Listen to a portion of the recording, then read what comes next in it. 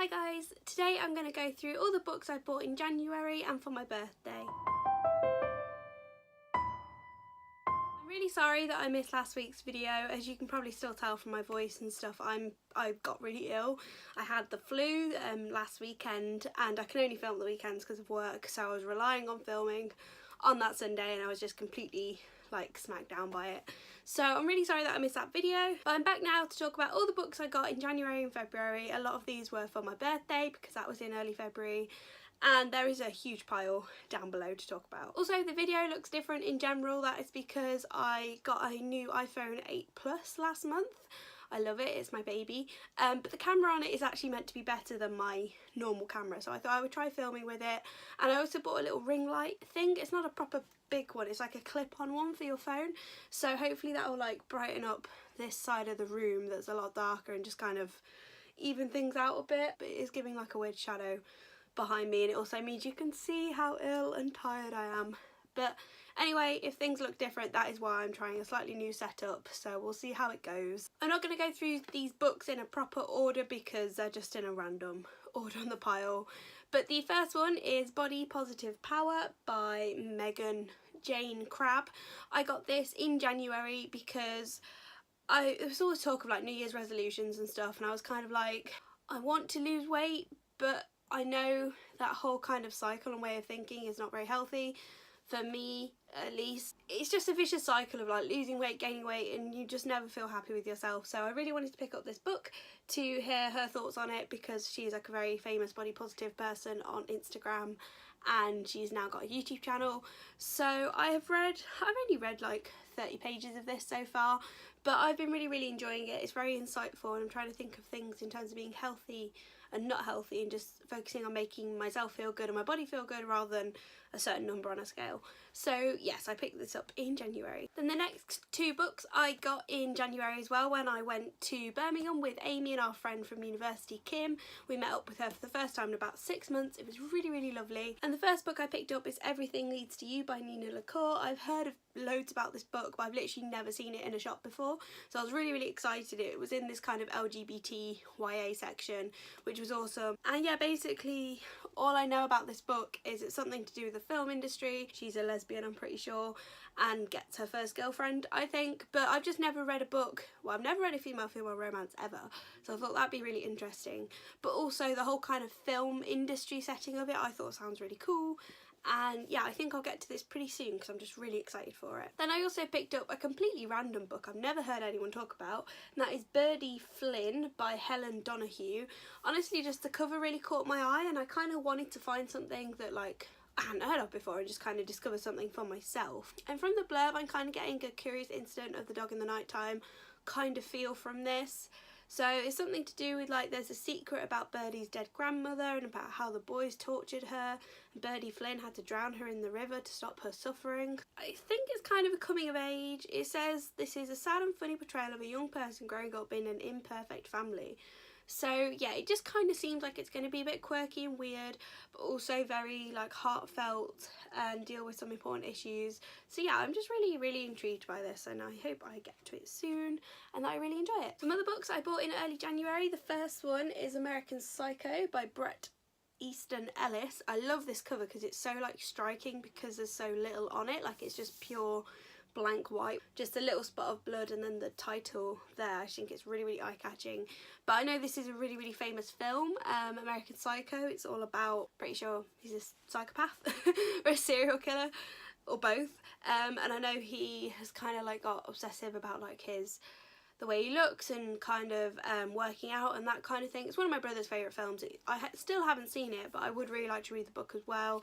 And yeah, I just thought this edition was really like eye-catching because it's so sort of blank, and that links to the character's like need for like perfection and stuff. Then I also bought The Miseducation of Cameron Post. I recognise the title of this because people talked about it on BookTube about 5 years ago, and the American cover had like a hay stack thing, like a barrel of hay in the corner with a girl lying on it, and a lot of people really loved that book, but I never saw it anywhere, and I found out that's because this is literally, it's only just been published in the UK. It was only available in America before, and I think this UK cover is really nice. I love all the different colours on it, and all I know about this is, again, It's like an LGBT book. I'm pretty sure the main character is lesbian and that she basically has to go through like conversion therapy, like her family send her away to kind of be fixed or something like that, which just sounds like awful, but also just a very interesting topic I've never read anything about. So yes, I really hope that I enjoy this. One of the other first books I bought this year is The Thief by Megan Whalen Turner, because I really enjoy Reagan from Peruse Project, because she recommends a lot of really good fantasy because it's kind of like her favourite genre, and she has been flying through this series and it seemed really interesting. And also these books are tiny, like most fantasy series I'm really put off because they just take so long to get into and it seemed like such an investment, but honestly this is like less than 300 pages. I really love the cover as well. I just love this kind of like minimalist design down the bottom. And yeah, if I enjoy this, then I can go out and read the rest of the series without knowing I'm committing to like these 700 page books. So I really hope that I enjoy this and I can see myself picking it up soon, partly because it is just so small. One of the first birthday books that I got kind of around my birthday time is this really nice copy of Hedda Gabler by Henrik Ibsen. Amy got me tickets to see Hedda Gabler for my birthday. We saw it the night before my actual birthday and it was really lovely. Like, we saw the play before with the National Theatre Live, which is like this version that's got Ruth Wilson in, so that had her in. This didn't have her in, but it was just amazing. Like, the way they did that play is amazing. It's one of our absolute favourites, so it was so nice to see it live, and they were selling copies of the play. And I do have a copy of the play, but I don't really like it. It's kind of like really old. It's just one of those cheap ones I got for university because I didn't realise I would end up liking it so much. So I really wanted to get the copy that not only was nicer, also commemorated this really good production and my birthday and kind of the fact that Amy got me tickets. Next couple of books I got in foils because I had to go to London for a work event and I was meeting up with a friend for dinner, but I had a little bit of time to kill beforehand, so I thought obviously I'm going to go to foils. There was a reason I went there that I'll get to with one of the other books, but while I was there I picked up The Memoirs of a Polar Bear by Yoko Tawada, sorry for the pronunciation, but this was in like the recommended by people who works at foil section. I've never heard anything about it before, but on the back it just says 3 bears. The first, a diligent memoirist whose unlikely success forces her to flee Soviet Russia. The second, her daughter, a skilled dancer in the East Berlin circus. The third, Nut, a baby bear born and raised in Berlin Zoo at the beginning of the 21st century. Here then is the enchanting story of 3 extraordinary bears brought to life by one of Japan's most inventive and dazzling novelists. So it just sounds really quirky, really interesting, possibly having things to do with history and stuff as well. I was drawn to this partly because it was bears, because they're Amy's favourite animals, but it just seems really quirky. It's called like philosophical, things like that at the back, and the fact it was kind of recommended by people who work at foils, I just thought it must be good. I also got this gorgeous book, which is probably one of the new most beautiful books I own. Like, honestly, it is beautiful. And I have heard of this book. I think Sana at Books and Quills had a proof of it a little while back and was really raving about it. But honestly, it was half price. And I thought, oh, it's probably a £20 hardback that's now £10. But it was actually a £13 hardback that was now £6.50. And I thought, that's cheaper than a paperback. And it is just gorgeous. So I had to get it. I don't probably know what it's about, but there's a lot of hype and buzz about the fact it's just come out. I know it's to do with like a voyage and I think mermaids and maybe a romance to do with that, but maybe I've just got that in my head because of that Shape of the Water film that's just come out. I just feel like this is going to be really good literary fiction, and even if it isn't, then at least it's pretty. Oh, we're on to the last couple now. I also went to Waterstones, as I do, in I think early February for like a pre-birthday gift to me, and I picked up All That She Can See, signed by Carrie, because even though I haven't read this book yet, I kind of didn't want to miss up on the chance of getting a signed copy in case I do really like it, and it's got the really nice green edge pages. And honestly, I think I'd rather read a paperback than a hardback, and I had some points, so it literally only cost me like £4. So I thought, why not? There is the signed first page. But yeah, I just thought I'll probably end up reading the paperback version of this now instead, and it was just, I wanted to grab a signed copy. Then I got some books on the buy one get one half price. The first one is Scythe by Neil Shusterman, which I've heard a bit about recently. It's kind of been getting some hype, and I think it's only just been published in the UK. This book just makes me think of the book Thief, just because it's kind of death is like a character in it, and that's the only thing I can ever really think of in comparison. But in the future you get Scythes, who are kind of death, and they control everything. So I think it's a dystopian future with like, it's about this apprentice who's like an apprentice scythe. I don't really know, but it just sounds like a really interesting concept, and I've heard really good things about it. Then I picked up this book, The Witchfinder's Sister, which I've never heard anything about either. This is by Beth Underdown. Honestly, the cover really drew me in because I thought it was really beautiful. It's kind of about like witchcraft and people being hunted down because they're believed to be witches. I think it's possibly got a bit of feminism in it because of that. But I don't know, I find witches more and more interesting. I did a lot of that sort of topic and time period at university with like Shakespeare modules, and then a little bit after that as well. So I find a witch book set during that time a lot more interesting than a modern witch book. Okay, I finally got to the book that was the reason I went to Foyles, and this is a little bit of promo, but who cares? And that is this book, Everything I Know About Love, by Dolly Alderton, who is my boyfriend Robin's cousin. So she's like a journalist and columnist and has done just loads of different things. She's a very successful person, and this is her first book, and it's like a memoir all about kind of growing up as a millennial and kind of love and dating and how that works in the modern world, and just kind of, yeah, her sort of life. But it's not an autobiography, it's kind of hard to describe. It's like a non-fiction book anyway. It was in the self-help section, but it's more of like a women's fiction book. But either way, I was really excited to get a copy, and then Robin and his mum went to like the book launch event, so they got it signed for me. Don't know if you can see that. It says, "Dearest Laura, I hope you enjoy it. Love, H," because Dolly is her pen name. But yes, I'm just really excited to have this, and I did read a bit on the train home and was really enjoying it. I need to get back into it and properly read the whole thing.